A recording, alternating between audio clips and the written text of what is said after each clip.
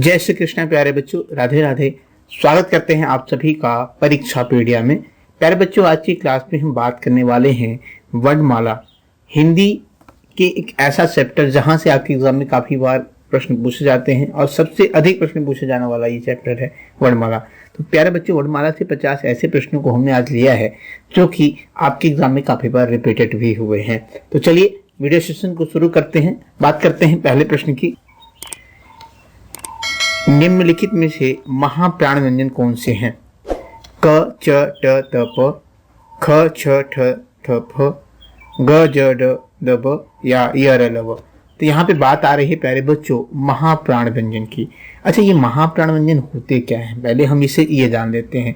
तो ध्यान दीजिएगा, जिन व्यंजनों का उच्चारण करते समय वायु अधिक मात्रा में निकले उन्हीं को हम क्या कहते हैं? महाप्राण व्यंजन। तो इस प्रश्न का जो सही जवाब क्या है? ख छ ठ थ फ।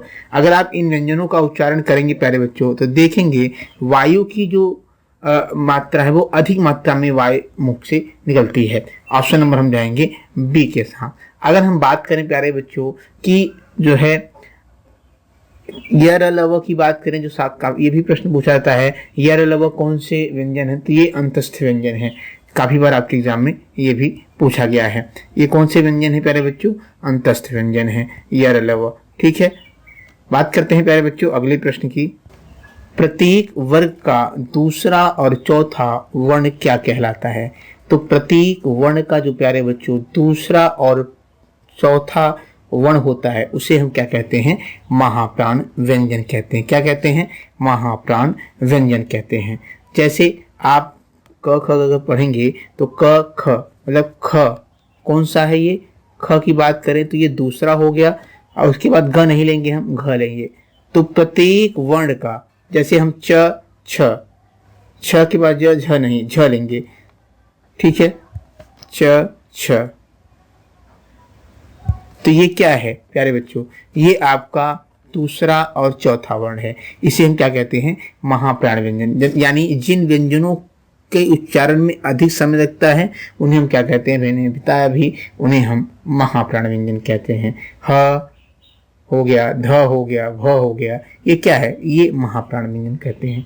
अब हम बात करेंगे कि उत्क्षिप्त व्यंजन क्या है। तो उत्क्षिप्त व्यंजन जिन व्यंजनों के ध्वनि के उच्चारण में जिह्वा जो है नोक कठोर तालू के ऊपर से झटके से जो है प्यारे बच्चों नीचे की ओर आती है, उसी को हम उत्क्षिप्त व्यंजन कहते हैं।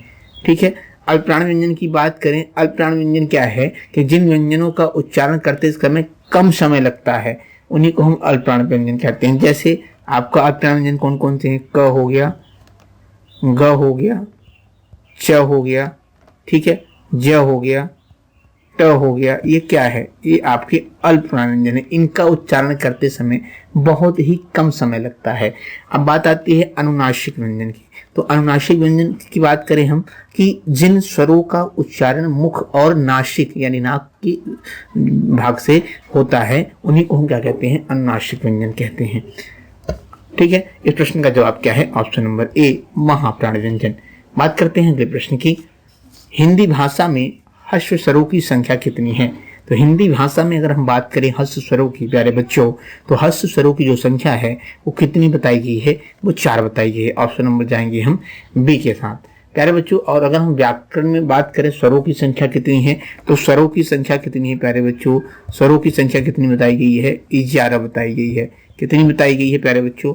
11 बताई गई है। ठीक है। अच्छा, ह्रस्व स्वर क्या होते हैं? ह्रस्व स्वर की बात करें, यहाँ पे बात आई ह्रस्व स्वर की, तो ह्रस्व स्वर की अगर हम बात करें प्यारे बच्चों, ह्रस्व स्वर जिसके उच्चारण में कम समय लगता है उन्हीं को हम ह्रस्व स्वर कहते हैं। जैसे अ हो गया, ये क्या है? ये ह्रस्व स्वर हो गया। ई हो गया, ऊ हो गया, ठीक है, री हो गया। इनके उच्चारण समय करते समय देखिए आप अगर बोलेंगे तो बहुत कम ही समय लगता है। इसी को हम क्या कहते हैं? ह्रस्व स्वर कहते हैं। ठीक है प्यारे बच्चों। अच्छा, दीर्घ स्वर क्या होता है? काफी बार एग्जाम में ह्रस्व स्वर और दीर्घ स्वर पूछता है। तो दीर्घ स्वर जिनके उच्चारण करते समय अधिक समय लगता हो तो उन्हीं को हम क्या कहते हैं? उनको हम कहते हैं दीर्घ स्वर। जैसे अ, ई, उ, री, ये क्या हो गया? ये ह्रस्व स्वर हो गया। अब इसी को हम अगर आ पढ़ें, ठीक है, आ पढ़ते समय, आ का उच्चारण करते समय आप प्यारे बच्चों देखेंगे कि अधिक समय लगता है। इसी को हम क्या कहेंगे? जो है दीर्घ स्वर। ई हो गया, ठीक है, ओ हो गया, इसे हम क्या कहेंगे, इसे हम दीर्घ जो है दीर्घ स्वर कहेंगे। ठीक है प्यारे बच्चों, बात करते हैं अगले प्रश्न की। लिपि चिन्हों के क्रमबद्ध समूह को क्या कहते हैं? तो लिपि चिन्हों के क्रमबद्ध समूह को हम क्या कहते हैं प्यारे बच्चों? वर्णमाला कहते हैं। क्या कहते हैं? वर्णमाला कहते हैं। ऑप्शन नंबर हम जाएंगे किसके साथ? डी के साथ। आपको बता दें प्यारे बच्चों, भाषा की जो सबसे छोटी इकाई मानी जाती है वो किसे मानी जाती है प्यारे बच्चों? वो मानी जाती है ध्वनि को मानी जाती है। किसे मानी जाती है? ध्वनि को मानी जाती है। ये बात आप ध्यान दीजिएगा। और इस ध्वनि को वर्ण कहते हैं। जो ये ध्वनि है इसी को हम वर्ण कहते हैं, और वर्णों के व्यवस्थित समूह को हम क्या कहते हैं? वर्णमाला कहते हैं। समझ गए आप बच्चों? वर्णों की व्यवस्थित, जैसे क ख ग घ अंग, इसी को हम क्या कहते हैं? ये वर्ण हो गए, इनके व्यवस्थित समूह को हम क्या कहेंगे? वर्णमाला कहते हैं। बात करते हैं अगले प्रश्न की। हिंदी शब्दकोश में छ का क्रम इनमें से किस वर्ण के बाद आता है? तो हिंदी शब्दकोश में छ का क्रम जो है सब किसके बाद आता है? क के बाद आता है। ऑप्शन नंबर हम जाएंगे सी के साथ। किसके साथ? सी के साथ। तो आप प्यारे बच्चों देखेंगे जो ये छ है, कक्षा वाला क्ष है, इसका संयुक्त वर्ण है। जो ये जो है क और स से मिलकर बना है। किससे? क और स से मिलकर बना है। ये किससे बना हुआ है? क और श। ठीक है, इससे मिलकर ये बना है। बात करते हैं अगले प्रश्न की। निम्नलिखित में से कौन सा वर्ण अंतस्थ नहीं है? तो यहाँ पे पूछ रहा है कि निम्नलिखित में कौन सा वर्ण अंतस्थ नहीं है। ठीक है, अंतस्थ व्यंजन की बात करें जिसका उच्चारण जीभ, तालु, दांत और ओठ से प्रयोग होता है, उसी को हम क्या कहते हैं? अंतस्थ व्यंजन कहते हैं। ठीक है, अब यहाँ पे बात आई है अंतस्थ व्यंजन की। अंतस्थ व्यंजन कौन सा नहीं है? तो ये ह नहीं है। ह कौन सा व्यंजन है प्यारे बच्चों? ऊष्म व्यंजन है। ह कौन सा व्यंजन है? ऊष्म व्यंजन है। ठीक है, आप समझ गए ह कौन सा व्यंजन है? ये ऊष्म व्यंजन है। ऊष्म व्यंजन कौन कौन से होते हैं प्यारे बच्चों?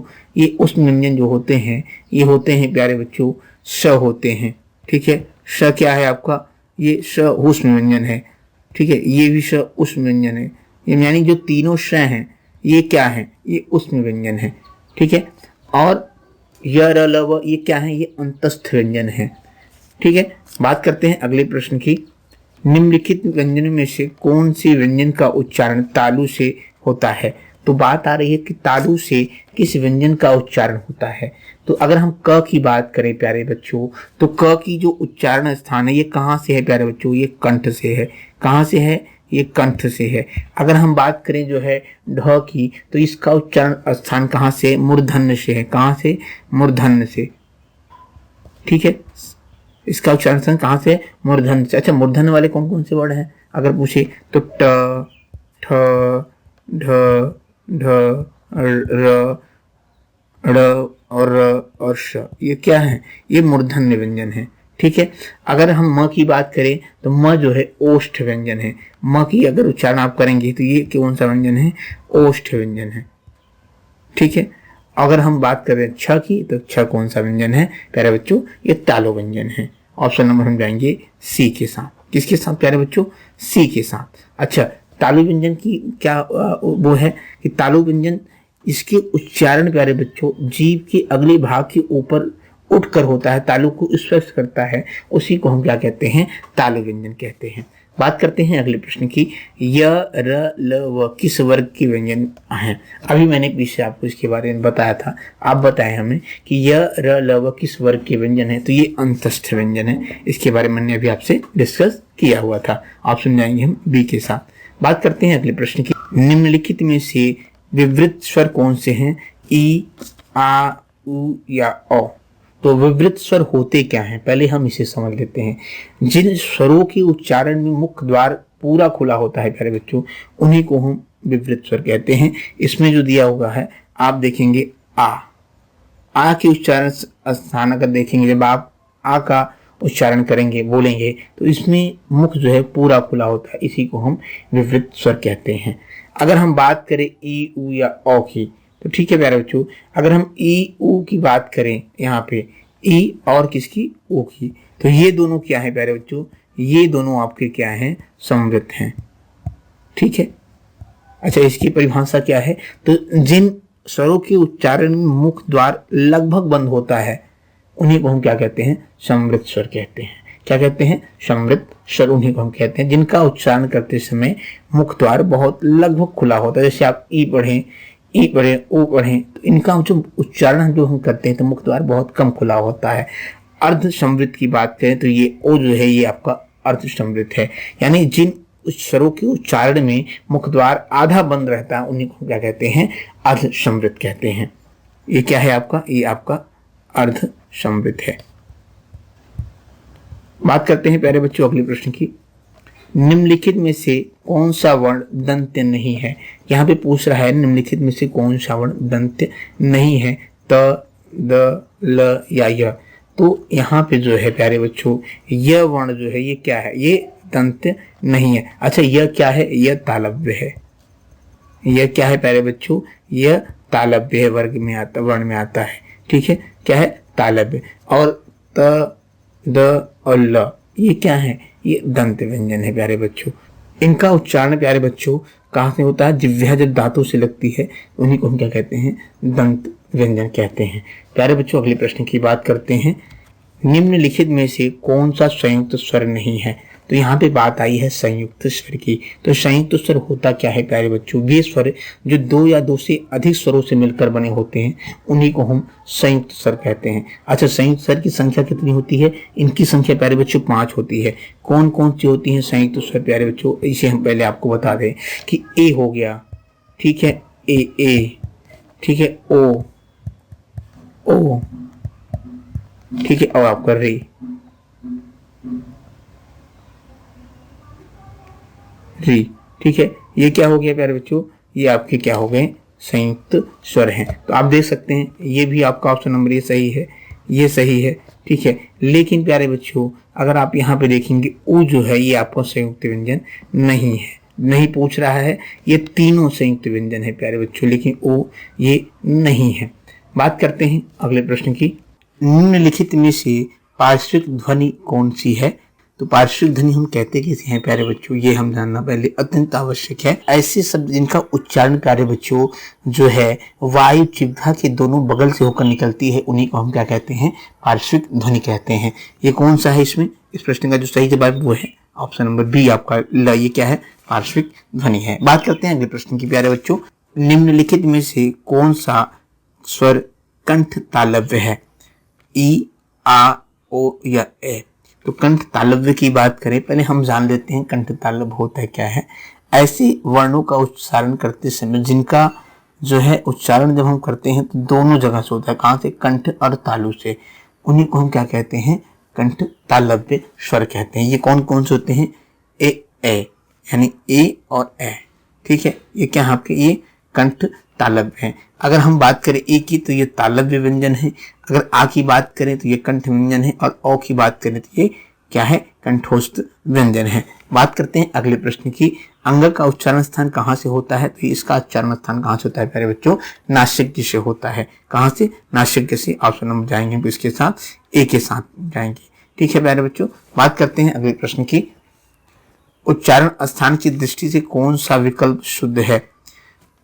श तालव्य है, श दंत्य है, या श मूर्धन्य है, या च कंठ है। तो यहाँ पे तीनों श की बात हुई है। इस प्रश्न में जो शुद्ध है वो क्या है, स दंत है, ठीक है। श क्या है प्यारे बच्चों, ऑप्शन नंबर किसके साथ, बी के साथ जाइए। अच्छा स की बात करें तो ये क्या, अभी मैंने आपको बताया ये क्या है प्यारे बच्चों, ये मूर्धन्य है। क्या है प्यारे बच्चों, मूर्धन्य, ठीक है। और अगर मैंने अभी आपको बताया था पीछे ही, ये जो श की बात करें ये क्या है, ये तालव्य है। ये क्या है प्यारे बच्चों, तालव्य। और च की बात करें ये भी तालव्य है, ठीक है। बात करते हैं अगले प्रश्न की। प्लुत स्वर कौन सा है। तो प्लुत स्वर कौन सा है प्यारे बच्चों, ओम जो है ये प्लुत स्वर है। क्या है, प्लुत स्वर। प्लुत स्वर कहते किसे हैं, जिन स्वरों के उच्चारण में दीर्घ स्वरों से भी अधिक समय लगता है उन्हीं को हम प्लुत स्वर कहते हैं। जैसे इसका जो प्रयोग होता है ज्यादातर पुकारने, नाटक में पुकारने में किया जाता है। जैसे राम, जब हम राम को पढ़ते हैं तो यहाँ क्या हो रहा है प्यारे बच्चों, अधिक समय लग रहा है। ओम, ओम को भी देखेंगे आप, अधिक समय लग रहा है, यानी हम जाएंगे ऑप्शन नंबर बी के साथ। बात करते हैं अगले प्रश्न की। निम्नलिखित 4 विकल्पों में से उस विकल्प का चयन करें जो सही पूर्ण रूपेण वर्ण विच्छेद वाला है। तो विपिन का जो वर्ण विच्छेद होगा वो क्या होगा? हम जाएंगे किसके साथ प्यारे बच्चों? ऑप्शन नंबर हम जाएंगे ए के साथ। इस प्रश्न का जो सही उत्तर है वो क्या है? ए। तो विपिन जो है विपिन, व छोटी ई, प छोटी ई, आधा न और अ से बना है। विपिन शब्द जो है ऑप्शन नंबर में आएंगे ए के साथ। बात करते हैं अगले प्रश्न की। निम्नलिखित प्रश्न में से 4 विकल्पों में से उस सही विकल्प का चयन कीजिए जो वर्ण स्वर की सहायता से बोले जाएं, उन्हें हम क्या कहते हैं? तो वर्ण स्वरों की सहायता से जो बोले जाएं प्यारे बच्चों, उन्हें हम क्या कहते हैं? व्यंजन कहते हैं। ऑप्शन नंबर जाएंगे हम बी के साथ। निम्न में कौन सा वर्ण अघोष है? तो अघोष की बात हुई प्यारे बच्चों। अघोष होता है और एक सघोष होता है। प्रश्न के आंसर के पहले हमें अघोष और सघोष को जानना बहुत अत्यंत आवश्यक है। तो अघोष शब्द की बात करें तो अघोष जिन वर्णों के उच्चारण में गले में कंपन नहीं होता है, उन्हीं को हम क्या कहते हैं? अघोष कहते हैं। क्या कहते हैं? अघोष कहते हैं। और ये प्रत्येक वर्ग का पहला और दूसरा व्यंजन क्या होता है? अघोष वर्ण होता है। ठीक है। और अगर हम बात करें सघोष हम किसे कहते हैं? तो जिन वर्णों के उच्चारण में गले में कंपन से गूंज सी होती है, उन्हीं को हम क्या कहते हैं? घोष या सघोष व्यंजन कहते हैं। ठीक है, सघोष कहते हैं। अब इसकी बात करें, सघोष को समझने का सबसे छोटा ट्रिक क्या है और अघोष को?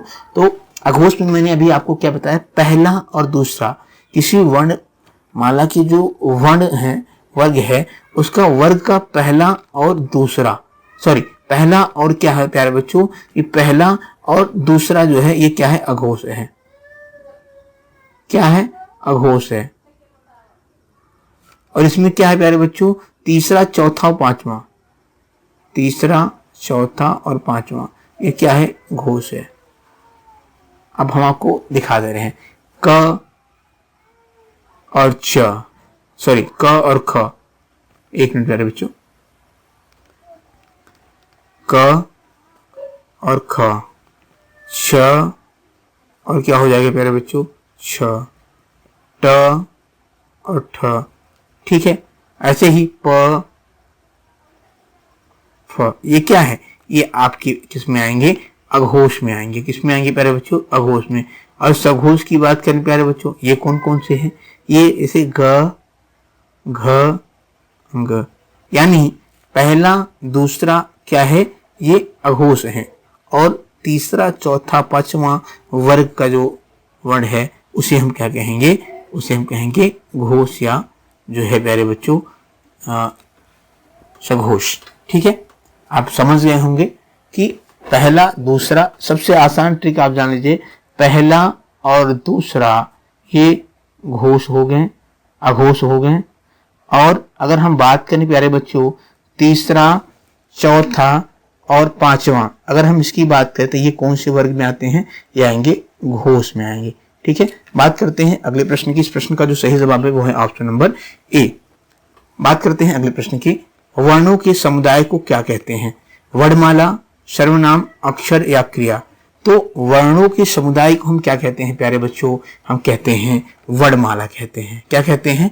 वर्णमाला। वर्णों के व्यवस्थित समूह को ही हम क्या कहते हैं? वर्णमाला। अभी मैंने आपको ये बताया है। बात करते हैं अगले प्रश्न की। निम्न में तालव्य ध्वनि है।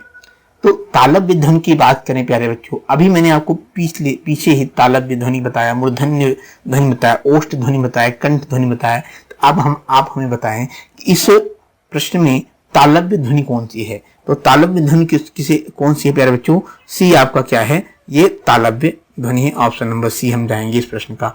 अब बात करते हैं ट, प और क की। तो ट क्या है प्यारे बच्चों? ये मूर्धन्य है। क्या है प्यारे बच्चों? मूर्धन्य है। और अगर हम प की बात करें तो ये ओष्ठ है। जब आप प की उच्चारण करेंगे, बोलेंगे, तो ये कहां से होगा? ओष्ठ से होगा। ठीक है। अगर हम क की बात करें प्यारे बच्चों, तो ये क्या है? ये कंठ है। ठीक है। क क्या है? कंठ है। श क्या है? तालव्य है। और प क्या है? मूर्धन्य है। और ट क्या है?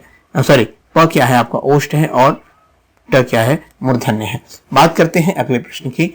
निम्न में से कौन सा वर्ण अघोष है? अभी मैंने बताया आपको अघोष और सघोष। अब आप हमें बताएं कि अघोष कौन सा है। बहुत ही आसान है, आप देखकर अगर ट्रिक आपको याद होगा तो आप देखकर ट्रिक से कर सकते हैं। तो अघोष की बात की जा रही प्यारे बच्चों, तो ये क क्या है, ये आपका अघोष है। ग, घ और झ ये क्या है, ये तीनों आपके सघोष हैं या कह सकते हैं घोष है। मैंने क्या बताया, अघोष का ट्रिक क्या है प्यारे बच्चों, पहला और दूसरा। और सघोष का ट्रिक क्या है प्यारे बच्चों, सघोष का जो ट्रिक है तीसरा, चौथा और पांचवा। ये क्या है, वर्ग, ये जो वर्ण हैं उन्हीं का है।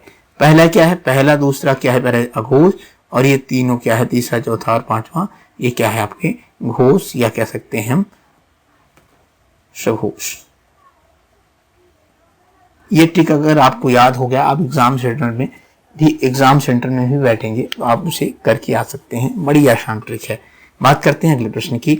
निम्नलिखित में से शब्द में री की मात्रा का उपयोग हुआ है, किया, वर्षा, रिपु या दृष्टि। तो री शब्द का जो मात्रा है इसका उपयोग आप देख सकते हैं कहाँ पे हुआ है प्यारे बच्चों, इसका उपयोग दृष्टि में हुआ है। कहाँ पे हुआ है, दृष्टि में हुआ है। ऑप्शन नंबर हम जाएंगे प्यारे बच्चों डी के साथ। बात करते हैं अगले प्रश्न की। काकल्य वर्ण कौन से हैं। काकल्य वर्ण की बात करें तो ये वर्ण है ह, क्या है, ह आपके काकल्य वर्ण है। ऑप्शन नंबर जाएंगे हम सी के साथ। बात करते हैं अगले प्रश्न की। दिए गए विकल्प के आधार पर हिंदी वर्णमाला में कुल स्वरों की संख्या कितनी होती है। तो दिए गए विकल्पों के आधार पर हिंदी वर्णमाला में कुल स्वरों की संख्या कितनी होती है, 13 होती है। कितनी होती है प्यारे बच्चों, 13 होती है। अभी आप हमसे बोलेंगे सर अभी आपने जो है 11 बताया है, अब आप 13 बता रहे हैं, कंफ्यूज कर रहे हैं। तो प्यारे बच्चों अगर हम पूरे, हमने यहाँ पे क्या दिया है प्रश्न, दिए गए विकल्पों के आधार पर हिंदी वर्णमाला में कुल स्वरों की संख्या आपकी बात कर रही है, हो रहा है। तो कुल स्वरों की संख्या कितनी है, 13 है। और अगर आपसे पूछ ले कि जो है काल के आधार पर कुल स्वरों की संख्या कितनी है, तब आप इशारा करेंगे किसके आधार पर, काल के आधार पर। अच्छा, इसमें कौन से जोड़े नहीं गए हैं, तो जो है इसे अगर हम जोड़ देते हैं तो ये कितने हो जाते हैं, 13। ठीक है, वैसे 11।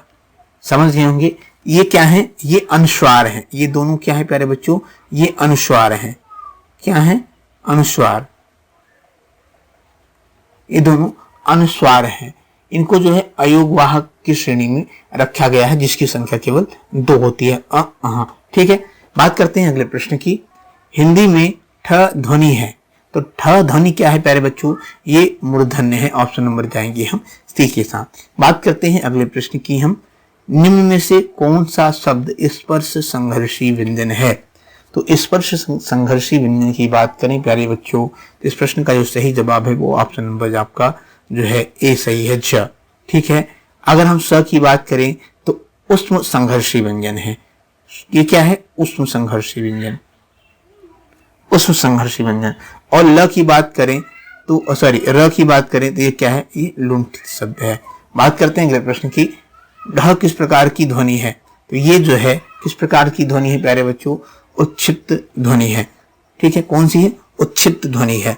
यानी उच्छित ध्वनि किसे कहते हैं, मैंने अभी आपको बताया कि जिन व्यंजन ध्वनियों के उच्चारण में जिह्वा नोक के कठोर तालु के साथ झटके से जो है टकरा के ध्वनि निकले, उन्हीं को हम क्या कहते हैं, उच्छित व्यंजन। ढ और ढ ये क्या है, ये उच्छित व्यंजन है। और पार्श्विक व्यंजन की बात करें तो ल क्या है, ये पार्श्विक व्यंजन है। ठीक है प्यारे बच्चों। और लुंठित व्यंजन की बात करें, अभी मैंने बताया कि र क्या है, ये लुंठित व्यंजन है। बात करते हैं अगले प्रश्न की। निम्न में से ऐसा कौन सा वर्ण है जिसके 2 उच्चारण स्थान नहीं है, व, ए, ओ, झ। तो किसके नहीं है प्यारे बच्चों, झ के नहीं है 2 उच्चारण स्थान। ऑप्शन नंबर हम जाएंगे डी के साथ। झ का वर्ण केवल प्यारे बच्चों एक उच्चारण स्थान होता है, वो क्या है, तालु होता है। और अगर हम व की बात करें तो ये दंत और जो है ओष्ठ से होता है। व का उच्चारण जब बोलेंगे दंत और ओष्ठ दोनों से होगा, व यानी दांत और ओष्ठ से दोनों से। ठीक है, इससे दंत और प्यारे बच्चों ओष्ठ से। अगर हम ए की बात करें प्यारे बच्चों कंठ और तालु से होता है। एक कहां से होता है? कंठ और तालु से होता है, ठीक है। और अगर हम बात करें औ की प्यारे बच्चों, ओष्ठ और तालु से होता है, सॉरी ओष्ठ और कंठ से। किससे? ओष्ठ और कंठ से किसका होता है? ओ का होता है, ठीक है प्यारे बच्चों, ये चीज आप समझ गए होंगे। ड वर्ग के अलावा निम्न में से कौन सा वर्ण जिसका उच्चारण स्थान तालु है? ग, र, क या य? तो किसका स्थान जो है तालु है प्यारे बच्चों? यह है य का। ऑप्शन नंबर हम जाएंगे डी के साथ। बात करते हैं अगले प्रश्न की। निम्न में से किस शब्द में अनुनासिक स्वर लगा हुआ है? तो अनुनासिक स्वर लगा है कहां पे? दांत में। अगले प्रश्न की बात करें प्यारे बच्चों, अल्प प्राण ध्वनि स्पर्श व्यंजनों के वर्गीकरण में किस वर्ग से संबंधित हैं? तो ये कहां से संबंधित है प्यारे बच्चों? पहला, तीसरा और पांचवा। ऑप्शन नंबर हम जाएंगे सी के साथ। बात करते हैं अगले प्रश्न की। हिंदी में ओष्ठ व्यंजन ध्वनि है। हिंदी में जो है ओष्ठ व्यंजन ध्वनि क्या है प्यारे बच्चों? अ, थ, भ और ज। तो क्या है? ओष्ठ व्यंजन ध्वनि की बात हो रहा है प्यारे बच्चों। तो यहाँ पे क्या है? ऑप्शन नंबर हम जाएंगे सी के साथ। बात करते हैं अगले प्रश्न की। हिंदी में ब ध्वनि है, तो हिंदी में ब जो ध्वनि है ये ओष्ठ ध्वनि है। कैसा ध्वनि है? ओष्ठ ध्वनि है। अगले प्रश्न की बात करें, निम्नलिखित में से कौन सा अंतस्थ व्यंजन है? तो अंतस्थ व्यंजन की भी मैंने बात किया था प्यारे बच्चों। तो ल क्या है? ये आपके अंतस्थ व्यंजन है। बात करते हैं अगले प्रश्न की। अंतस्थ व्यंजन है, तो अंतस्थ व्यंजन अभी मैंने बताया, तो आप सीधे देखकर बता सकते हैं य, व और र। ये क्या है? ये अंतस्थ व्यंजन है। अर्धस्वर क्या है? तो अर्धस्वर की बात करें प्यारे बच्चों, य और व, ये क्या है? ये अर्धस्वर है। अगले प्रश्न की बात करते हैं, इनमें से कौन सा वर्ण स्पर्श व्यंजन नहीं है? तो इनमें से जो है यह जो है ये वर्ण जो है ये क्या है? स्पर्श व्यंजन नहीं है। हिंदी वर्णमाला में उष्म व्यंजन कौन से हैं? तो हिंदी वर्णमाला में उष्म व्यंजन जो है श, श, श और ह, ये क्या है? ये उष्म व्यंजन है। अगले प्रश्न की बात करते हैं, कौन सी ध्वनि महाप्राण नहीं है? तो महाप्राण की बात हो रही है, तो ज क्या है प्यारे बच्चों? ये महाप्राण नहीं है। अगले प्रश्न की बात करते हैं, सभी महाप्राणों वर्णों का समूह है, तो ये कौन सा है प्यारे बच्चों? सभी महाप्राण वर्णों का समूह कौन कौन सा है? ख, छ और ठ। ये क्या है? महाप्राण वर्णों का समूह है। निम्नलिखित में से कौन सा वर्ण घोष है? तो घोष की बात हो रही है, तो यहाँ पे घोष कौन सा है? द क्या है प्यारे बच्चों? ये घोष है, ठीक है। बात करते हैं अगले प्रश्न की। त्र ध्वनि किसके अंतर्गत आती है? तो त्र धन जो है ये संयुक्त वर्ण के अंतर्गत आती है। अगले प्रश्न की बात करते हैं, निम्नलिखित में से कौन सा पश्च स्वर है?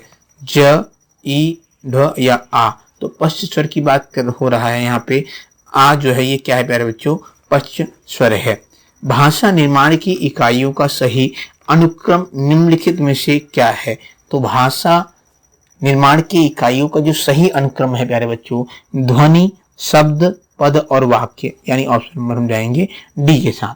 बात करते हैं अगले प्रश्न की। भाषा की सार्थक लघुत्तम इकाई निम्नलिखित में से कौन सी है? तो भाषा की सार्थक लघुत्तम इकाई प्यारे बच्चों शब्द है। क्या है प्यारे बच्चों? शब्द है। अगले प्रश्न की बात करते हैं, अनुनासिक शब्द का संबंध निम्नलिखित में से किससे होता है? तो अनुनासिक का जो संबंध है ये नाक और मुंह दोनों से होता है, मैंने आपको अभी उपरोक्त में बताया है। बात करते हैं अगले प्रश्न की। अनुनासिक व्यंजन निम्नलिखित में से कौन से होते हैं? तो अनुनासिक व्यंजन जो है प्यारे बच्चों ये वर्ण के पक्ष माक्षर होते हैं। कौन से होते हैं? पंच माक्षर से जो होते हैं, उन्हीं को हम क्या कहते हैं? अनुनासिक व्यंजन कहते हैं। ऑप्शन नंबर डी सही है। अगले प्रश्न की बात करते हैं, निम्नलिखित में से कौन सा कथन सही नहीं है?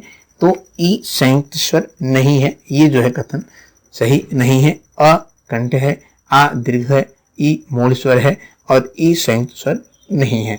बात करते हैं अगले प्रश्न की।